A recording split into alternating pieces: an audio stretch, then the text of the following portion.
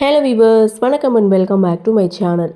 மாயா சீனு சீரியலுடைய இன்னைக்கு எபிசோடுக்கான ரிவ்யூ என்ன அப்படின்றத பார்க்கலாம். அதுக்கு முன்னாடி இது வரைக்கும் நம்ம சேனலை நீங்கள் சப்ஸ்கிரைப் பண்ணலன்னா பண்ணிக்கிறீங்க. கூடவே இருக்க பெல் ஐக்கானையும் கிளிக் பண்ணி அதில் ஆல் அப்படின்ற ஆப்ஷனையும் கிளிக் பண்ணிக்கிறேங்க. அப்போ தான் நான் போடக்கூடிய வீடியோ உங்களுக்கு உடனுக்குடன் நோட்டிஃபிகேஷனாக வரும். சரி வாங்க இன்றைக்கி எபிசோடில் என்ன நடந்தது அப்படின்றத பார்க்கலாம். எபிசோடை பொறுத்த வரைக்கும் ஃபஸ்ட்டு சீன், தனா கோவிலுக்கு போயிட்டு குங்குமத்தை கொண்டு வந்து கதிர்கிட்ட கொடுக்குறாங்க. கதிர் அதை தவறி கீழே கொட்டிடுறாரு.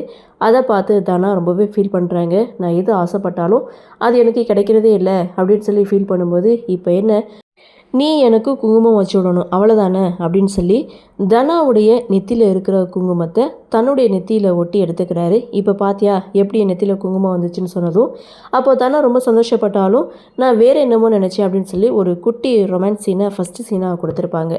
இரண்டாவது சீனை பொறுத்த வரைக்கும் மாயா ரொம்பவே சந்தோஷப்படுறாங்க.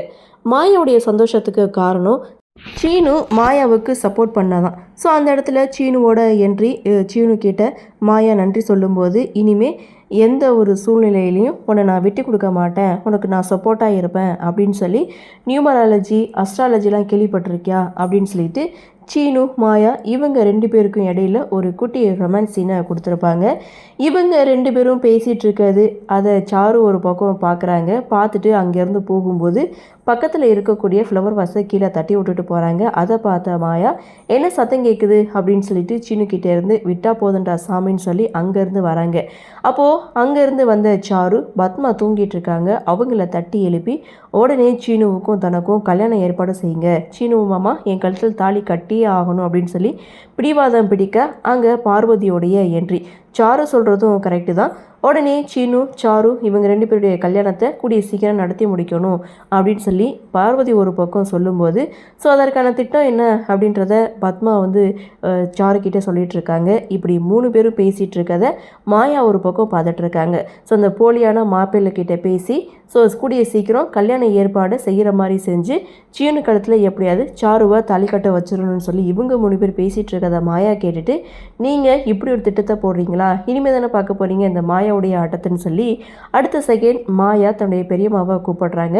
அது மட்டும் இல்லை, குடும்பத்தில் இருக்கிற ஒட்டுமொத்த பேரையும் ஆளுக்கு கூப்பிடுறாங்க. கூப்பிட்டுட்டு அந்த விஷயத்த சொல்கிறாங்க. அதாவது சாருவை பொண்ணு பார்த்துட்டு மாப்பிள்ளை வீட்டுக்காரங்க போயிட்டாங்க, அதுக்கப்புறம் எதுவுமே பேசலை, நாமளும் சைலண்ட்டாக இருந்தால் எப்படி, அடுத்த வேலைகள்லாம் ஏற்பாடு பண்ணணுமா இல்லையா, பார்க்கணுமா இல்லையா, நான் கோவிலில் இருக்கிற ஐயரை பார்த்தேன், புதன்கிழமை நல்ல நாளாக இருக்குன்னு சொன்னாங்க, அன்னைக்கே நம்ம தாலி செய்கிற ஃபங்க்ஷனை வச்சுக்கலாமான்னு சொல்லி மாயா ஒரு பக்கம் பேச, இதை ஏன் நீ பேசுகிறன்னு சொல்லி பத்மா ஒரு பக்கம் மாயாவை திட்ட, நல்ல விஷயத்த யார் சொன்னாதான் என்ன அப்படின்னு சொல்லி இங்கே ஜானகி சிவா எல்லாருமே மாயாவுக்கு சப்போர்ட்டாக பேசுகிறாங்க.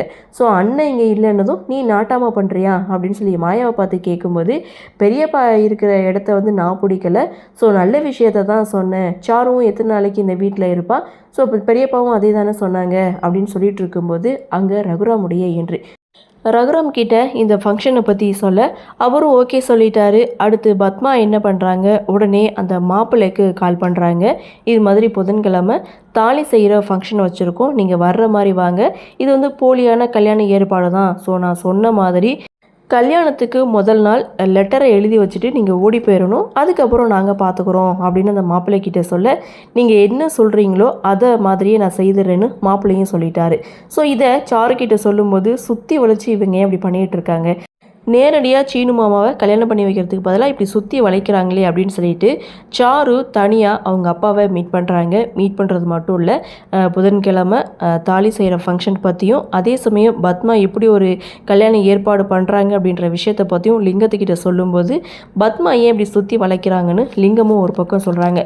அதோட அந்த இடத்துல சாரு சொல்கிறது, இந்த ஃபங்க்ஷனை நடத்துகிறது பொண்ணு வீட்டுக்காரங்க தான், பொண்ணு வீட்டு சைட்லேருந்து தான் தங்கம் கொடுக்கணும், அதனால் இந்த விஷயத்த உங்ககிட்ட சொல்ல சொன்னாங்க அப்படின்னு சாரு தன்னுடைய அப்பா கிட்டே சொல்ல, இப்போ தன்னுடைய நிலைமையை பற்றி உனக்கு நல்லாவே தெரியும், அப்படி இருக்கும்போது எப்படிம்மா முடியும்னு சொல்லி லிங்கம் ஒரு பக்கம் கேட்க, எப்படியாவது இந்த விஷயத்த செய்யுங்கப்பா அப்படின்னு சாரு ஒரு பக்கம் சொல்ல, சரி அந்த ராட்சசி காலையாவது போய் விழறேன் அப்படின்னு சொல்லிட்டு லிங்கம் அங்கேருந்து புவனேஸ்வரி வீட்டுக்கு போகிறாங்க.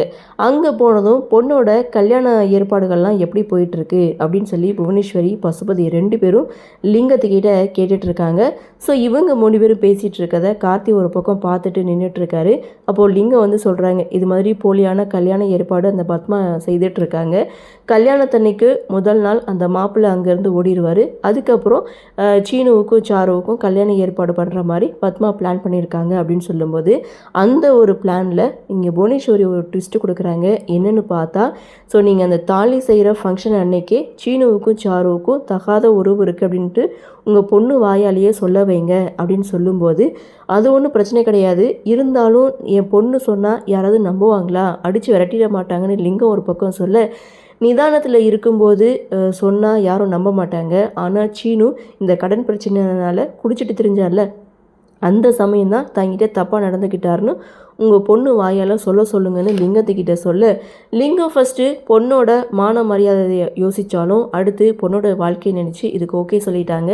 அது மட்டும் இல்லை, அதற்கான பணத்தையும் புவனேஸ்வரி லிங்கத்துக்கிட்ட கொடுக்குறாங்க. நம்ம லெட்டர் போட்டது நல்லாவே வேலை செய்யுது அப்படின்னு சொல்லிட்டு மனசுக்குள்ளேயே பேசிட்டு கொடுத்த பணத்தையும் வாங்கிக்கிட்டு லிங்கம் அங்கேருந்து போகிறாங்க. இவங்க 3 பேரும் பேசிகிட்டு இருக்கிறத பார்த்த கார்த்தி, ஊரில் இருக்கவங்க எல்லாருக்கும் கல்யாணம் பண்ணி வைக்கிறீங்க, எனக்கு ஏன் தனாவை கல்யாணம் பண்ணி வைக்க மாட்டேன்றீங்க அப்படின்னு சொல்லி வந்து கேட்க, நீ கொஞ்சம் பொறுமையாயிரு, அவசரப்பட்டு தான் எல்லாமே சொதப்பிட்டு நிற்கிது, கொஞ்சம் பொறுமையாயிரு, இப்போ நம்ம ஏதாவது செய்ய போனோம்னா ஊருக்காரங்க எல்லாருமே நம்ம மேலே தான் சந்தேகப்படுவாங்கன்னு கார்த்திகிட்ட பேச, இவங்களை நம்பினா இனிமேல் எந்த ஒரு பிரயோஜனமும் கிடையாது, இனிமேல் நாமளே களத்தில் இறங்கிட வேண்டியதான் அப்படின்னு சொல்லிட்டு கார்த்தி ஒரு பக்கம் யோசிக்கிறாரு. இன்னொரு பக்கம் கதிர் ஆஃபீஸ்க்கு ரெடியாக, தனா ஒரு பக்கம் சாப்பாடு எடுக்க, அந்த சமயம் மாயா கதிருக்கு கால் பண்ணுறாங்க. உங்கள் 2 பேரையும் பெரியம்மா பார்க்கணும்னு சொன்னாங்க அப்படின்னு சொன்னதும், சரி பக்கத்தில் இருக்கிற கோவிலுக்கு வந்து சேர்ந்துடும்னு சொல்லிட்டு கதிர் தனா 2 பேரும் பைக்கில் ரொம்ப சந்தோஷமாக கிளம்புறதை பார்த்த கார்த்தி, என்ன அவமானப்படுத்தி அசிங்கப்படுத்திட்டு நீங்கள் 2 பேரும் சந்தோஷமாக இருக்கீங்களா அப்படின்னு சொல்லிட்டு கார்த்தி அங்கேருந்து போகிறாரு.